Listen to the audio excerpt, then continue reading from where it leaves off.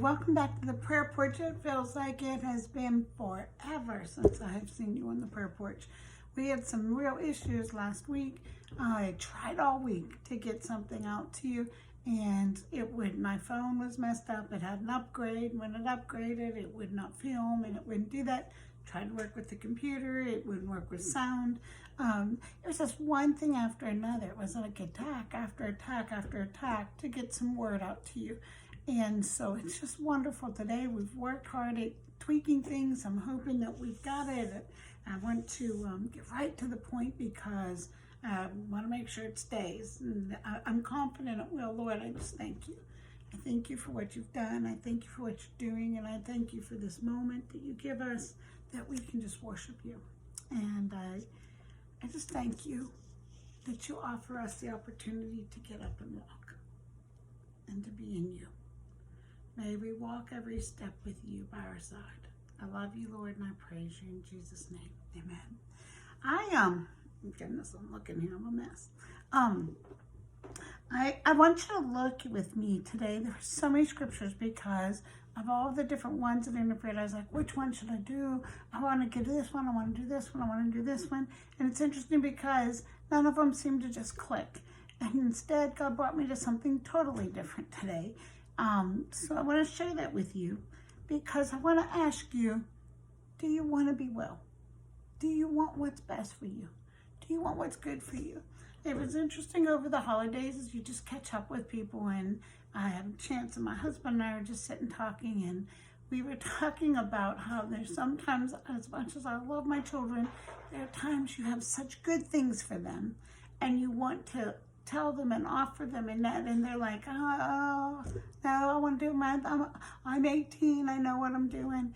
And you're thinking, if they would just do this, if they would just listen. And my husband and I stopped a minute. My husband said something very profound because he said, I hate it to say it, but I remember when my mom would try to tell me the same things. And I thought, no, I know this. Please, you don't get it, Mom. You don't get it. And he said, I just wish my kids would hold on to wisdom that's poured out in front of them in abundance so much all the time. And it's not just my kids. I use my kids because they're my kids. But that's us. How much does God pour out on us? And we totally miss it because we think we're fine. We got this, God. We got this. No, what you're asking me to do is just too much, saving some money or doing this. Those were the things that we were talking about. And then bigger things. But God says, if you just listen, if you just read and do what's asked of you, if you just read and do what's asked of you. And I came to this verse here in John chapter 5. And it's where Jesus heals the lame man. And there's so many interesting things in this story when we read it. I want you to look at it. Says afterwards. And if you go back and you look, of course, when I see afterwards, it makes me want to read before to see what kind of led into this. And the whole thing that led into this was actually kind of heated. It was the fact when Jesus basically identifies himself as Jesus, he tells them that he is basically, I am the Son of God. He says, I am going to go before the Father. He talks about people believing in him and knowing that he was going to raise and be with the Father. And when all this, it says that both things happen. It's interesting because it says at one point, Jesus has all these people following him. Then when they start hearing all this, they're like, I'm not sure about this. So it was kind of like a dividing line. People were trying to decide, do we follow or don't we? And so it comes here into chapter 5, and it says, afterwards, after Jesus has healed this official son, and many Samaritans come to believe, many Jewish people are questioning and leaving, it says, Jesus returned to Jerusalem for one of the Jewish holy days. Inside the city, near the sheep gate, was let me start over, I'm sorry. Afterwards, Jesus returned to Jerusalem for one of the Jewish holy days. Inside the city, near the sheep gate, was the pool Bethesda, with 5 covered porches. Crowds Might note that crowds of sick people, blind, lame, paralyzed, but they were all lying on the porches. One of the men lying there had been sick for 38 years. And Jesus saw him, and he knew that he had been ill for a long time. And he asked him, "Would you like to get well?" "I can't, sir," the sick man said. Now that's interesting to me. A couple things here. First of all, it says there were crowds of sick people. Crowds of sick people that have gathered in one place. Sounds like our world. There's crowds of spiritually sick people, all wandering around and meandering among each other. And Jesus basically is looking at us and saying, do you want to get well? Do you want to get well? I have something for you that's going to make you well, but do you want it? But so many of us, I read this into salvation, and so many of us answer the same way. I can't, sir. I can't, Jesus. I can't be saved. I can't be who you want me to be. Because I have been on this mat and every time the pool I have no one to put me into the pool when the water starts to bubble. Someone else always gets in ahead of me. I can't do this without myself. I can't do this by myself. So think about this. It says it's been there 30 years.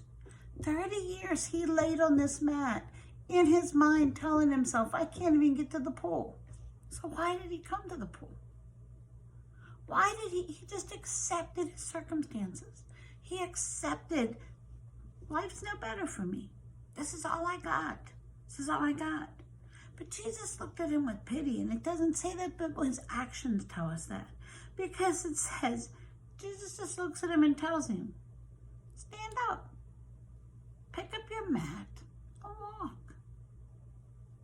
Now, I love this next word. Instantly. Instantly. The man was healed, and he rolled up his sleeping mat, and he began to walk.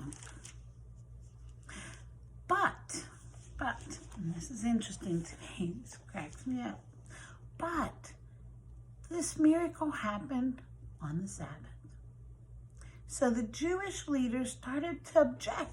This man couldn't walk for 30-some years, and they're like, oh, you can't walk today. You can't walk today. Today is not a day you're allowed to walk because you're not allowed to have any work. They said to the man who was cured, you can't work on the Sabbath. The law doesn't allow you to carry your mat.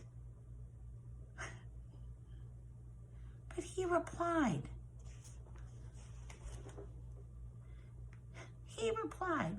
the man who healed me, he told me, pick up your mat and walk. It ain't my fault. That man healed me. When he healed me, he said, pick up your mat. So I did. Who would say such a thing as that? Who would even dare tell you to walk after 32 years and carry your mat?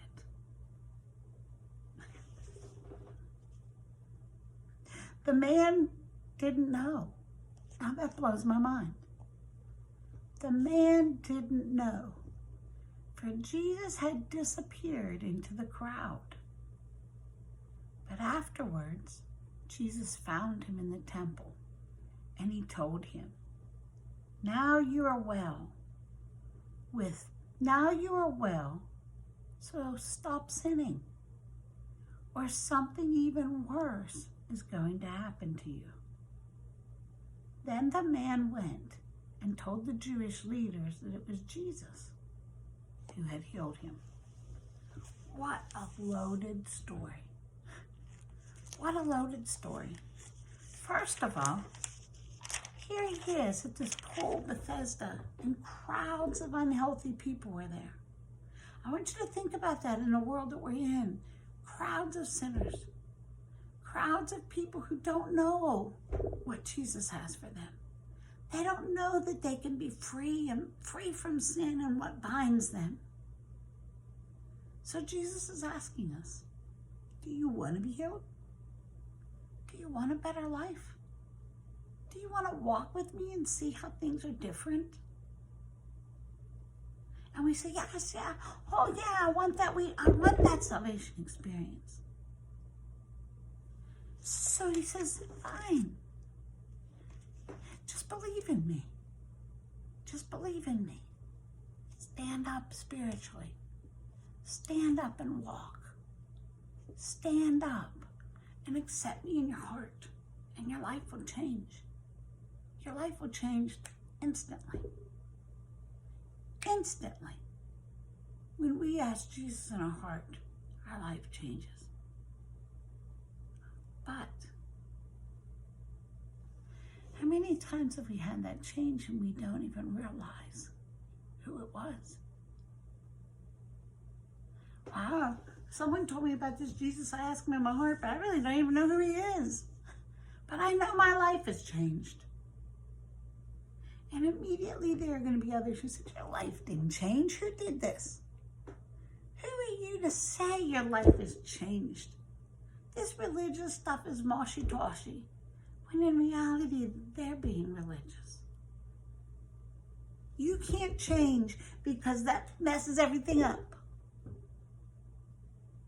When you find Jesus and you follow him, there are going to be things that people are going to ask you to change. They don't want you to change. They want you to change back. I don't want you doing what's better for you. Really? But it's interesting because it says, he said, I don't really know. I just know it's different. I know I'm walking. I know it's changed. I know he's the one that told me to pick up my mat, so I did it. So I did it. And it said, even though he didn't know, Jesus found him again. He didn't go looking for Jesus. He was just walking. He loved to change. But he didn't want any of the responsibility that went with it. But Jesus found him again. He said, now hear this. You need to change and sin no more. You need to stop your old sinful ways. Or I'm telling you, it's going to get worse than it was on that mat. When we accept Jesus, we have to make a turnaround. If we don't, our old selves will catch up with us. It's not just better. There's a lot in that verse to think about. So I guess my question is, do you want to be well? Do you want to be well? Do you want a better life in him? He has it for you, and I promise you, it's beyond your wildest imagination. But we have to want to be well. We have to take that advice. We have to realize he knows more than we do. Hey, I love you. It's great to be back on the porch. I can't wait till tomorrow and share some more. I hope you just think about this. I know it's a heavy word, and I don't mean it to be down, but I think it's something you need to think about. And I hope you choose to be well. I hope you choose to pick up your mat and walk. Be strong in him today.